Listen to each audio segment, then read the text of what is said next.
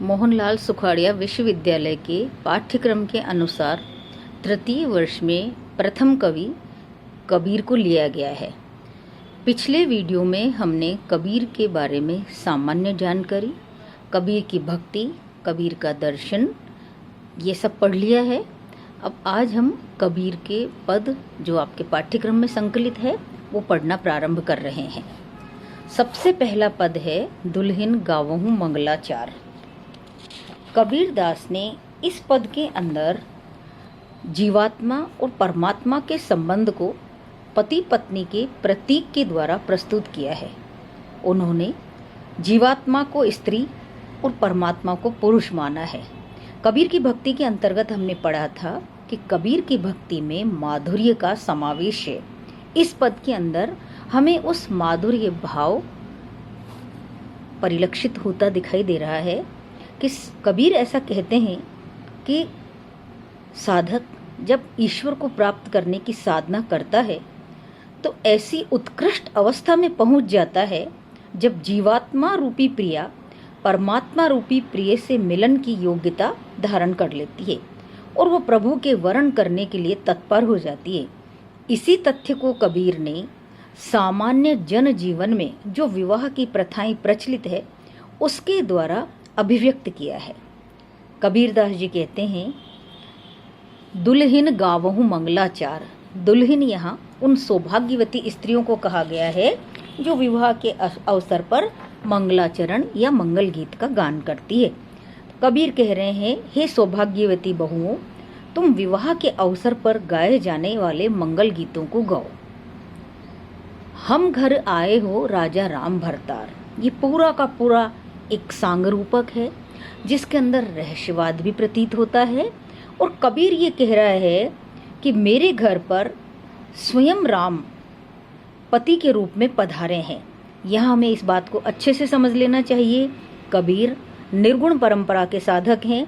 उन्होंने यहाँ राम शब्द का प्रयोग तो किया है, लेकिन कबीर के जो राम है वो दशरथ सुत राम नहीं है। कबीर ने अपने निर्गुण ब्रह्म को राम के रूप में संबोधित किया है। तो ये प्रश्न भी पूछा जाता है कि कबीर के राम कौन है, तो आपको ये पता होना चाहिए कबीर के राम दशरथ सुत राम नहीं है। कबीर के राम उस अज्ञात ब्रह्म को ही कबीरदास ने माना है। तो कबीर ये कह रहे हैं कि हमारे घर पर स्वयं राजा राम अर्थात कबीर जिसको निर्गुण ब्रह्म कहते हैं वो साक्षात स्वयं पति रूप में पधारे हैं और हमारा वरण करने के लिए आए हैं। आगे की लाइन में कबीर कहते हैं तन रत करी मैं मन रत करे हूँ पंच तत्व बराती। कबीर कह रहे हैं कि मेरी जो आत्मा है जो उस परमात्मा से प्रेम करती है वो पूरी तरह से अब इस अवस्था में आ गई है कि मैं उस ईश्वर का वरण करने में सक्षम हूँ। अर्थात मैंने अपने तन को और अपने मन को पूरी तरह से उस ईश्वर में रत कर दिया है, अर्थात समर्पित कर दिया है, लीन कर दिया है। मैं उस प्रभु के प्रेम में, मैं उस प्रभु की साधना में पूरी तरह से लीन हो गई हूँ। पंच तत्व बराती, इसको आप समझ लीजिए। सामान्य विवाह जब होता है तब क्या होता है कि बराती जो होते हैं वो विवाह के साक्षी बनते हैं और जब विवाह संपन्न हो जाता है तो बराती अपने अपने घर लौट आते हैं। कबीर ने बहुत ही सटीक उदाहरण यहाँ प्रस्तुत किया है कि मानो क्षिति, जल, पावक, गगन और समीर, ये जो पांचों तत्व है वो बराती के रूप में है। ये हमारे विवाह का साक्षी बनेंगे और जब हमारा विवाह हो जाएगा अर्थात जब आत्मा परमात्मा में लीन हो जाएगी, आत्मा परमात्मा में मिल जाएगी, तो उसके बाद ये बराती सब अपने अपने घर लौट जाएंगे। रामदेव मुर पाहुन आए मैं जोबन मर्दमाती। कबीरदास आगे बता रहे हैं कि स्वयं रामदेव मतलब उनका जो निर्गुण ब्रह्म है, उनका जो प्रिय है, वो परमात्मा स्वयं मेरे घर पर पथिक के रूप में आ गए हैं, पाहुन के रूप में आ गए हैं और वो प्रभु से मिलन का क्षण अब आ गया है। मैं यौवन मदमाती, इसका मतलब ये है कि मैं पूरी तरह से जैसे सामान्य जन या साधारण हमारे समाज में जब कन्या जब यौवनवती हो जाती है तब उसका विवाह किया जाता है।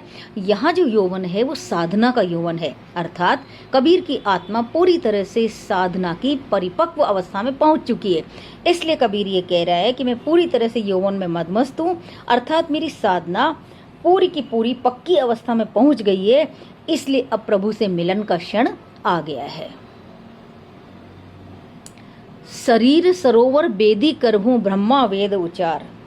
कबीरदास कह रहे हैं कि उनके स्वागत के लिए मैं शरीर रूपी सरोवर के तट पर बेदी बनाऊंगी और ब्रह्मा स्वयं पुरोहित के रूप में वेदों का उच्चारण करेंगे। अर्थात कवि ऐसी कल्पना कर रहा है या कवि इस तरह से अपने विवाह की अवस्था का चित्रण कर रहा है। विवाह का मतलब आत्मा परमात्मा के मिलन से है कि स्वयं अपने शरीर को मैं वेदी बनाऊंगी और स्वयं ब्रह्मा, यहाँ ब्रह्मा का अर्थ ये भी है कि स्वयं साक्षात ब्रह्मा यहाँ उपस्थित होंगे।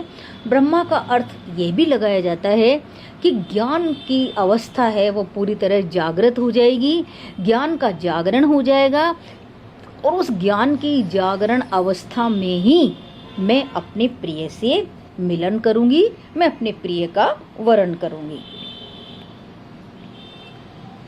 रामदेव संग भामिर लेऊं धन धन भाग हमारे।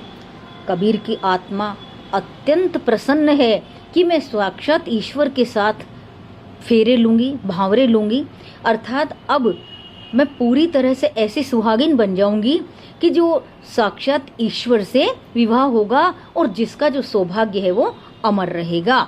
तो वो कह रही है कि स्वयं रामदेव के साथ में मैं फेरे लूंगी और धन धन भाग्य हमारे, और इसके लिए अपने आप को धन्य मानती है कि मेरा परम सौभाग्य है, मैं बहुत अपने आप को धन्य मान रही हूँ, मेरी आत्मा बहुत धन्य है कि स्वयं रामदेव के साथ में मेरा विवाह होने वाला है। 33 कोतिग आए मुनिवर सहस 88। कबीरदास ऐसी कल्पना भी कर रहे हैं कि मेरा जो विवाह है, इस अद्भुत विवाह को देखने के लिए 33 करोड़ देवता और 88,000 ऋषि स्वयं इस अद्भुत दृश्य को देखने के लिए साक्षात उपस्थित होंगे। कहे कबीर हम ब्याही चले हैं पुरुष एक अविनाशी। कबीरदास कह रहे हैं कि हम उस अविनाशी पुरुष के साथ ब्याह रचाकर चल दिए हैं। अर्थात कबीर ये कह रहे हैं कि मेरी आत्मा ने अपने उस लक्ष्य को प्राप्त कर लिया है, जब वो ईश्वर में पूरी तरह समा जाएगी या ईश्वर के साथ पूरी तरह लीन हो जाएगी, पूरी तरह संलीन हो जाएगी।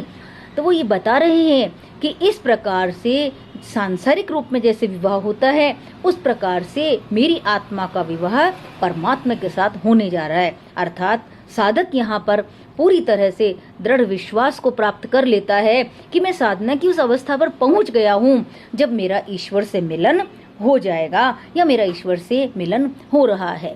कबीर ने इसके अंदर पूरा सांग रूपक बांधा है विवाह की स्थिति और आत्मा परमात्मा के मिलन का।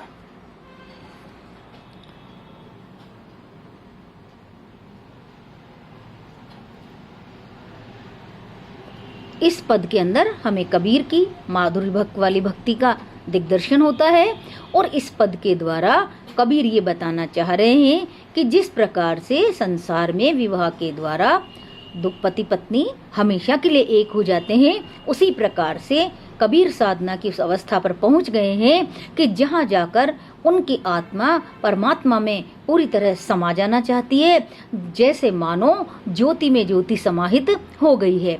कबीर जैसे कबीर का जो दर्शन है, जिसके अंदर वो ये मानते हैं कि जो आत्मा है वो परमात्मा का ही अंश है। अज्ञान अवस्था में होने से, अविद्या माया का प्रभाव होने से आत्मा ज्ञान दशा को प्राप्त नहीं कर पाती है और वो अपने प्रिय को पहचान नहीं पाती है। लेकिन जब आत्मा के ऊपर से अज्ञान का अंधकार हट जाता है और आत्मा जब साधना करती है और उसे ये पता चल जाता है कि उसके जीवन का लक्ष्य उस परम पिता को, उस परम पुरुष को प्राप्त करना है, तो साधना करके वह अपने इस जीवन में अपने इस लक्ष्य को प्राप्त कर लेती है, उसी अवस्था को कबीर ने यहाँ विवाह के रूपक के द्वारा प्रस्तुत किया है कि उनकी आत्मा को वो ज्ञान हो गया है, साधना के द्वारा उन्होंने उस ज्ञान दशा को प्राप्त कर लिया है कि जब आत्मा परमात्मा को प्राप्त करने की स्थिति में पहुंच जाती है। और कबीर ये बता रहे हैं इस पद के द्वारा कि इस प्रकार से मेरी आत्मा आज परमात्मा को प्राप्त कर रही है और इस प्रकार मैंने ऐसे पुरुष के साथ विवाह किया है जो अविनाशी है, जो अजर अमर है, और इस प्रकार आत्मा परमात्मा में लीन हो जाती है।